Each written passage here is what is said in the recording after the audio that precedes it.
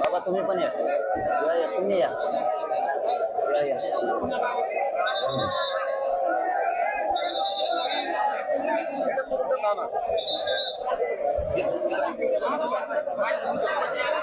सगळ्या बांधवांना जय शिवराय. छत्रपती शिवराय सुंदर गुरु गणरायाच्या चरणी नतमस्तक होऊन आज गणेश चतुर्थीच्या निमित्तानं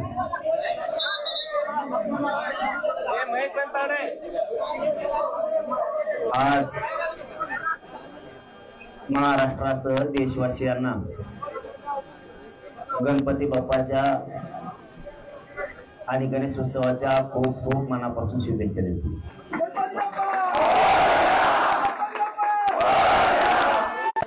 इथून लगेच आता प्रेस संपली. आपण सगळेजण मुंबईच्या दिशेनं लगेच निघणार आहे. थांबायचं नाही. शेवटी आपल्यासाठी आपल्याला आपल्या लेकरांचा न्याय सुद्धा खूप महत्वाचा आहे. त्यामुळं आपण आझाद मैदानावरती आमरण उपोषण जे कायद्याच्या नियमात हे लोकशाहीचं सगळं नियमाचं पालन करून आमरण उपोषण हे 29 ऑगस्ट रोजी सकाळी 10 वाजता आझाद आपल्याला उचलवण्याचा प्रयत्न केला जाईल. आपल्याला खुनशी वागणूक दिली जाईल. शांत डोक्याने राहायचं. आता आरपारची शेवटची लढाई खेळायची. त्याच्यामुळं त्याच्यात आक्रमकता पण आहे, ज्याच्यात छत्रपती शिवरायांचे विचार पण आहेत. तो माणूस 100% यशस्वी होतो. म्हणून सगळ्या डावांचा उपयोग करा. घाई गडबड करू नका. जितके दिवस लागतील तितके, पण संयम धरून द्यायचा नाही. अशी लढाई मराठ्यांनी सगळ्यांनी लक्षात ठेवा. दिसत नसलं, आवाज येत नसला तर शांत चित्ताने ऐका. अशी लढाई जगाच्या पाठीवर कधी झाली नसल. इतक्या डोक्यानं ही लढाई जिंकायची आणि कितीही दिवस लागले तरी हा शांततेचा संघर्ष सुरू ठेवायचा. देवदेवतांच्या नावाखाली आपल्याला विनाकारण आपली अडवणूक केली जाते. विनाकारण आपल्याला त्रास दिला जातो. आम्ही हिंदू असून आमच्या सणावारात आम्हाला रोखलं जातं. गणेश उत्सव सण आमचा गणेश उत्सव आम्ही पिढ्याना पार परंपरेनं सेवा करतो आणि हिंदू धर्माच्या देवाच्या नावाखाली आमची हिंदूची अडवणूक का, या सुद्धा प्रश्नाचं उत्तर अमित शहा साहेब आणि मोदी साहेबांनी सुद्धा देणं गरजेचं आहे. यासाठी तुम्ही मुख्यमंत्री म्हणून त्यांना इथं बसवलं का, हाही आमचा आता प्रश्न आहे. राज्यात अशांतता सणावाराच्या दिवशी सरकारलाच पसरायची. सरकारला जाणून बुजून आम्ही शांततेत येत असतानाही हिंदूला त्रास का दिला जातो याच्यासाठी तुम्ही बसवलं का? तुमच्याकडून हिंदू सणाच्या दिवशी हिंदूलाच अडवलं. मग हिंदू विरोधी नेमके कोण? आम्ही काय तिथे दंगली करायला आलोत का? आम्ही काय धिंगाणा करायला आलोत का? मग आम्हाला हिंदूला अडवण्याचा हट्ट का? तुम्हीच सरकार म्हणून हिंदू विरोधी काम कशामुळे करता याचं सुद्धा उत्तर आता आम्हाला लागणार आहे. आम्ही शांततेत येतोय. आमचा गणेश उत्सव आहे, आमचा देव आहे, आम्हाला कळतं. आमच्या सणावारात, धर्माच्या सणावारात याच्यापेक्षा काय शांतता पाहिजे तुम्हाला? आणि पुन्हा चूक झाकवायची सरकारला, विशेष करून देवेंद्र फडणवीस साहेबाला त्यांची चूक झाकवायची म्हणून देवदेवतांना पुढे केलं जात आहे. कारण त्यांना सांगून 4 महिने झाले. त्यांना फोन करून सांगितलं, त्याला आता 2 महिने झाले. मग तुम्हाला त्यावेळेस कळत नाही. आणि आता देवदेवतांना पुढे घालायचं, त्यांच्या अडुंगी गोरगरीब मराठ्यावर अन्याय करायचा, ती कदापि आम्ही सहन करणार नाही. आता परवानगीचे अर्ज करायचे सांगितलेले मान्य न्यायालयानं, आपण ते करतोय, त्याच्यामुळे अडचण असण्याचं कारण नाही. मान्य न्यायालयाने कुठेही तसा नकार दिलेला नाही. त्यांनी एक नवीन कायदा काढलाय काहीतरी हे 2-4 दिवसात. अचानक त्याची तारीख मला वाटतं 26 का 27 ऑगस्ट काहीतरी, 27 ऑगस्ट त्या दिवशी एक नवीनच कायदा आणला. आणि त्या कायद्याअंतर्गत जागा कुठंच नाही त्यांना बोलायला आपल्याला, कारण लेखी निवेदन सगळ्या ऑफिसला आपण सादर केलेले. रीतसर परवानगी घेतली नाही म्हणले. आता तुम्ही आम्हाला नोटीस दिली नाही, आमच्या वकिलाला माहित नाही, तुमचा नवीन कायदा आलेला आम्हाला माहित नाही. मग तुमचं प्रशासनाचं सरकारचं काम होतं त्यावेळेस. आम्हाला निघायच्या टायमाला सांगते की अमुक अमुकने याचिका दाखल केली. याचिका बी कालच केली, निकाल कालच आला. आम्हाला पण सांगायचं, आम्ही न्यायालयाचा सन्मान करतो, आमची बाजू आम्ही मांडली असती. लगेच देवेंद्र फडणवीसचा महाधिवक्ता उभा राहिला आणि निकाल पण लावून घेतला. असे कसले काय तो कोण त्यांचा सरकारी वकील, असं कसं काय होऊ शकतं? खरंच लोकशाही नाही राहिली आता. हे लय लांब चाललं आता. अरे इंग्रजांनी रोखलं राव. इंग्रजाच्या काळात सुद्धा उपोषण रोखले नाही, देवेंद्र फडणवीसच्या काळात रोखले जाते. काय अवघड आहे. आणि पुन्हा म्हणता आम्हाला बोलता, तुम्ही चुका करता. तसं आपल्याला ती रात्री कायदा माहीत झाल्यानंतर, कारण आपल्याला निकाल कधी आला, मला वाटतं 3 वाजता का काय काल, आणि आम्हाला कवा निघायचं आज रात्रीत काय करायचं. म्हणजे ते डाव साधला बरोबर. देवाच्या नावाखाली, उत्सवाच्या गणेश उत्सवाच्या नावाखाली देवेंद्र फडणवीस डाव साधला. अचानक याचिका लोक त्याचे समोरून म्हणणं मांडणारे त्याचे, आणि लगेच निकाल लागून घेतला. न्यायालय आमची बाजू ऐकून घेणार आम्हाला माहिती, आणि न्यायालय आम्हाला न्याय सुद्धा देणार, कारण तेवढीच आधार आम्हाला जागा आहे. न्याय देवता 100% आम्हाला न्याय देणार आहे. आमचे पण वकील न्याय मंदिरासमोर न्यायदेवतेसमोर उभा राहणार आहे. गेल्या वेळेस सुद्धा असंच झालं, न्यायदेवतेने आम्हाला न्याय दिला होता. हे सत्य आहे. त्याच्यामुळे यांनी अचानक गोळ केला आणि मराठ्याला माहितच नाही काय झालं. आपण जी एक परवानगी ठेवली नव्हती, म्हणजे आपण रितसर अर्ज द्यायची, पण त्यांनी ते नवीन कायदा काढला आणि त्याच्या अंतर्गत केलं. ते तो ऑफिस सुद्धा सापडा नव्हतं. त्या नवीन हे खोटं नाही. मग ते रात्री 1-2 वाजता सापडलं. ही सत्य परिस्थिती. कारण मान्य न्यायालयाने सांगितलं, तुम्ही तिथं अर्ज करा आणि परवानगी द्यायची का नाही. बघा लक्षात ठेवा मराठी, परवानगी द्यायची का नाही सरकार ठरवणार. म्हणजे देवेंद्र फडणवीस पुन्हा तिथं चाललं. आता कळलं ना आम्हाला, देवेंद्र फडणवीस मराठा विरोधी आहे का नाही, हिंदू विरोधी आहे का नाही. आता लक्षात येईल. परवानगी नाकारली, आपल्याला परवानगी नाही दिली की समजायचं याच्या आरक्षण द्यायचं जीवावर आलंय, की देवाच्या आरोग्याला पाहिलाय. आहे का नाही. आता दूध का दूध पाणी का पाणी सगळं होणार आहे. क्लिअर आहे. कारण मान्य न्यायालयाच्या हातात नाही. न्यायालयाने त्यांना सांगितलं त्या परवानगीबद्दल. मग आता त्या 2025 नवीन कायदा, बरं कायदा कसा बनवला माहितीये का. आपली सगळ्या स्वारीची अधिसूचना काढली, आपली सगळ्या स्वाऱ्यांची अधिसूचना काढली. त्यावेळेस हरकती मागितल्या की कायदा बनवले, हरकती फिरकती मागितल्या का नाही, तर डायरेक्ट ऍक्टिव्ह केला आमच्यासाठी. ही विचार करण्याची गोष्ट आहे. जर 2 दिवसात केला म्हणलं तर हरकती नाही. इतक्या अचानक मग काय तुमच्या नुसतं पदाधिकारी हरकती घातल्या का राज्याचीच. हे बघा, ही लई शोकांतिका आहे राज्याची. पण गणपती बाप्पा आपल्याला आशीर्वाद दे, छत्रपती शिवरायांचा आपल्याला आशीर्वाद दे, 33 कोटी देवतांचा सगळ्यांचा आशीर्वाद दे, सगळ्या संत महंतांचा आशीर्वाद दे आपल्याला. हे बघा, परवानगी येत असती जात असती, आपण हटत नाही. तुम्ही काल एका मुलानं आपल्या आत्महत्या केली, ते करू नका. देवेंद्र फडणवीस साहेबांना विशेष करून सांगतो, किती पोरं मारायचे आणखी.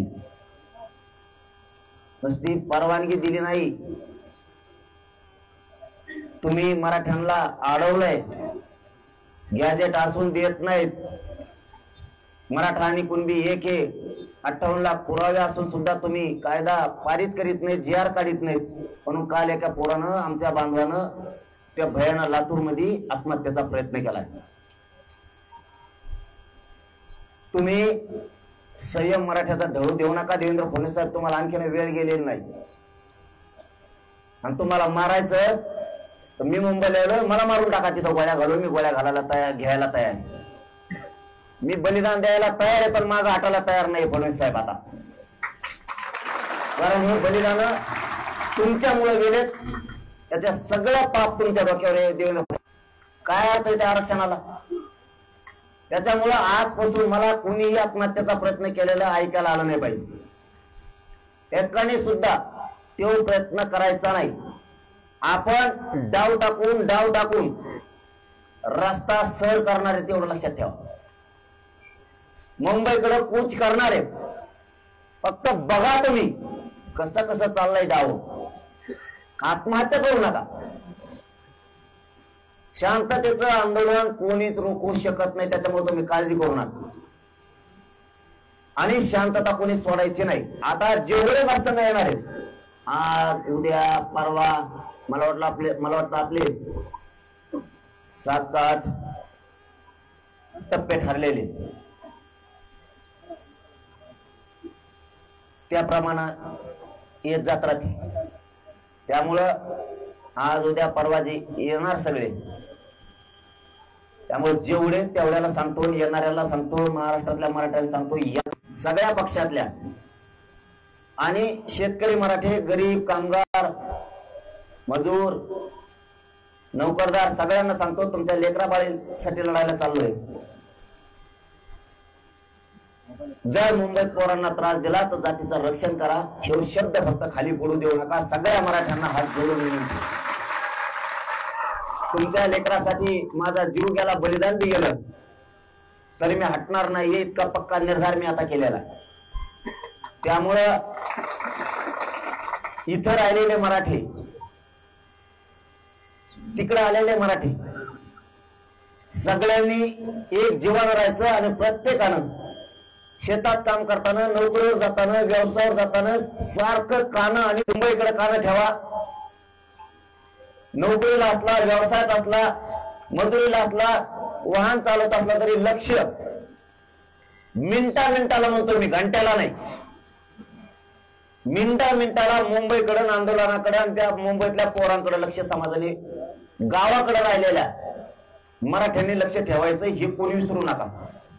पुन्हा एकदा या राज्यातल्या सगळ्या सरपंच सदस्य, जिल्हा परिषदचे, पंचायत समितीचे सदस्य, सभापती, उपसभापती, माजी सभापती, माजी सरपंच, नगरसेवक, महापौर, नगराध्यक्षांना विनंती आहे,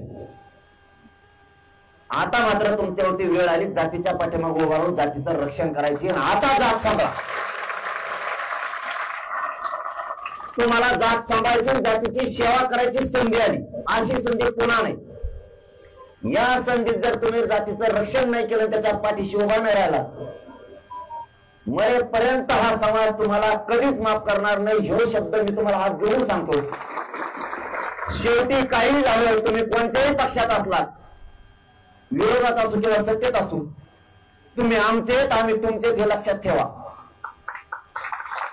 सगळ्या पक्षातल्या, विरोधातल्या आणि सत्ताधाऱ्यातल्या मराठ्यांना पुन्हा तीच शब्द वापरतो की शेवटी तुम्ही ज्येष्ठ आहेत, मोठे आहेत, समाजाचे मार्गदर्शक आहेत.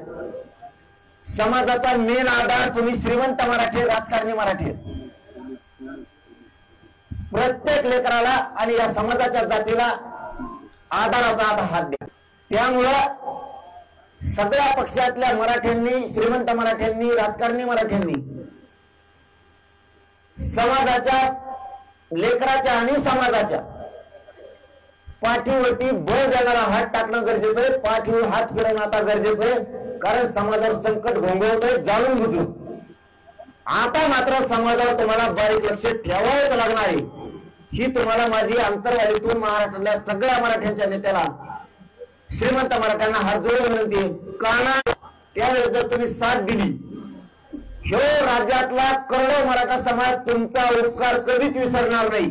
म्हणून मतभेद, मनभेद बाजूला ठेवा, पक्ष बाजूला होता.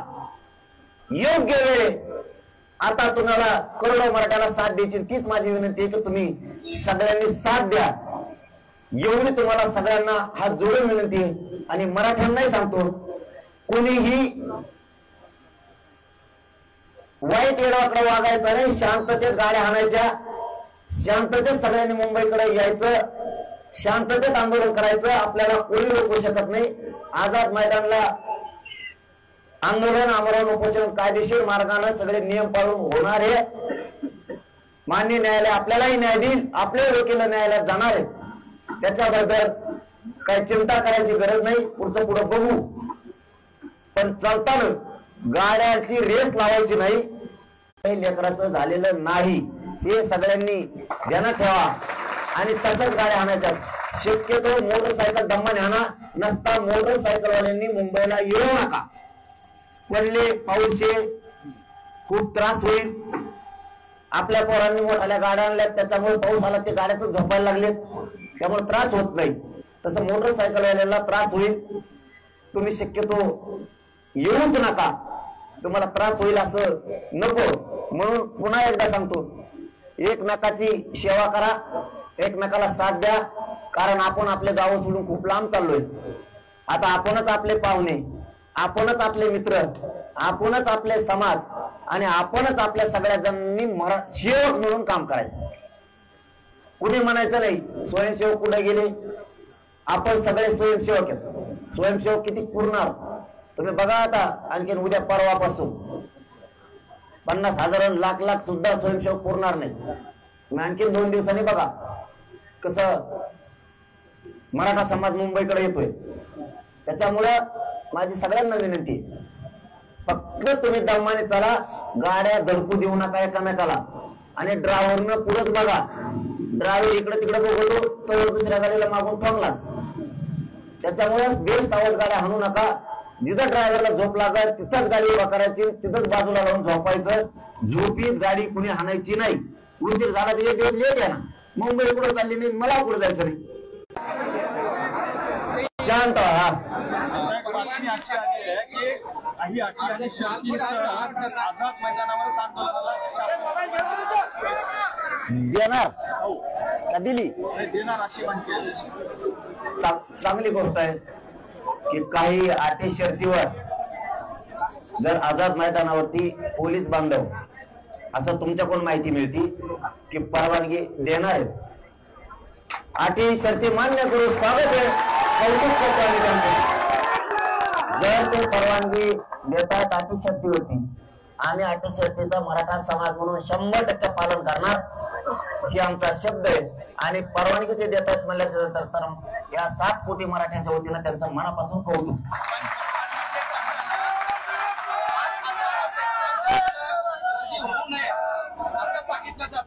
मी बघतो ना, मी परवानगी वाचल्यावर पुन्हा निर्णय घेईन. कारण आता मला अशी माहिती मिळाली, आता खरी कपोटी माहित नाही, पण मुख्यमंत्र्यांच्या वतीनं काय तिथं बहुतेक येऊन पोरांना सांगतो चर्चा होत असत्या, चालू असतं. आता चर्चा आणि आश्वासनावर राहायचं नाही. कोणता मंत्री आला आणि आमदार आला तरी आपल्याला चर्चा सन्मानानं करायची असते, त्यांना कुणी त्रास द्यायचा नाही. थांबा रे भाऊ, थांबा थोडं, ब्रेक चालू आहे. तुम्हाला आता काय सांगितलं, शांत भरायचा निर्णय दिला काय. त्यामुळे मी त्याच्यावरती बोलणार नाही. पण न्याय मंदिर 100% आमचं म्हणणं ऐकून घेणार आणि आम्हाला न्याय देणार. हॉटेल बांधवला आम्ही रात्री सांगितलं, कारण कॉफी आम्हाला 8 वाजता दिली रात्री आपल्या आंबेसाहेब डीवायएसपी साहेबांनी. त्यानंतर मग आता तिथून पुढे आमची परवानगी दिली तर त्याचं पालन होणार आहे का? 5,000 मला परवानगी वाचल्यावरच मी त्याच्यावर तुमच्यावर बोलत नाही, जर तरवर नाही. मी ती परवानगी प्रत्यक्ष वाचतो, त्याच्यानंतर तुमच्याशी पहिला बोलून नसता, पण तवर नाही. मी आता मुंबईकडे निघतोय आणि निघा.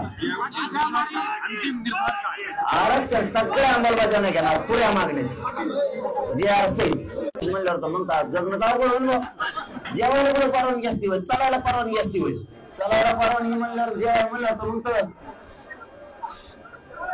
जाऊ दे, 29 नंतर सांगा. मग बायफर्केशन करा, मागण्या कुठल्या कुठल्या, तर तुमचा तो निर्धार कसा. मराठा आणि कुणबी एक हे 58 लाख नोंदीचा आधार आहे. मराठा आणि कुणबी एक याचा JR काढून त्याची अंमलबजावणी करा. हैदराबादचं गॅजेट एअर तात्काळ लागू करून लगेच अंमलबजावणी करायची. सातारा संस्थान आणि बॉम्बे गव्हर्नमेंटच्या गॅजेट एअरची ते लागू करून तात्काळ अंमलबजावणी करायची. सगळ्या सोयऱ्यांची अधिसूचना काढून आता 1.5 वर्ष झालं, सगळ्या सोयऱ्यांच्या अधिसूचनेची अंमलबजावणीच करायची. सर सकट सगळ्या केसेस मागे घेऊ म्हणले होते. आमचे व्हॅलिडिटी सगळ्या रोखून धरल्या. कुणबी प्रमाणपत्र दिले जात नाहीत आणि नोंदी शोधल्या जात नाहीत. ते तातडीनं सगळं मार्गी काढलं पाहिजे. व्हॅलिडिटी 1 सुद्धा ठेवली पाहिजे आणि प्रमाणपत्र सुद्धा नाही. अशा मागण्या सांगितल्या, त्याची अंमलबजावणी करावी. हे आमचं म्हणणं आहे. काल समितीचे अध्यक्ष विखे पाटील असं म्हणाले, आमची चर्चा करण्याची तयारी आहे, तुमची तयारी आहे का? आणि मी कवा नाही म्हणलं चर्चेला, ते सांगितलं तुम्हाला आता. तुम्ही विचारायचं अगोदर सांगून टाकलं काय तिथं चर्चा होत असती. मी मला काय सांगत होतं, हे चर्चा होत असती. आता चर्चा विश्वास नाही ठेवायचा, लिखी दिलं त्याच्यावर नाही, डायरेक्ट अंमलबजावणी. पण कोणी जर सन्मानानं आपल्याकडे कोणी एखादा मंत्री येत असेल तर एकाही पोरांनी विरोध करायचा नाही, वाट द्यायची, काही बोलायचं नाही, सन्मानानं वाटा लावायचं काम करत जायचं. बरं मला सांगा की कुणाचा निरोप आला होता? विखे पाटील साहेब. कुणाचा निरोप आला होता? कुठं बैठक होणार आहे, कुठं चर्चेला बोलणार आहे, कुणाला बोलायचं? बैठक नाही, तुम्ही तिथं जिथं भेटताल त्या गाडीवर बसायचं, नाही तर गाडीत बसायचं. मी खोली खाली बसणार नाही.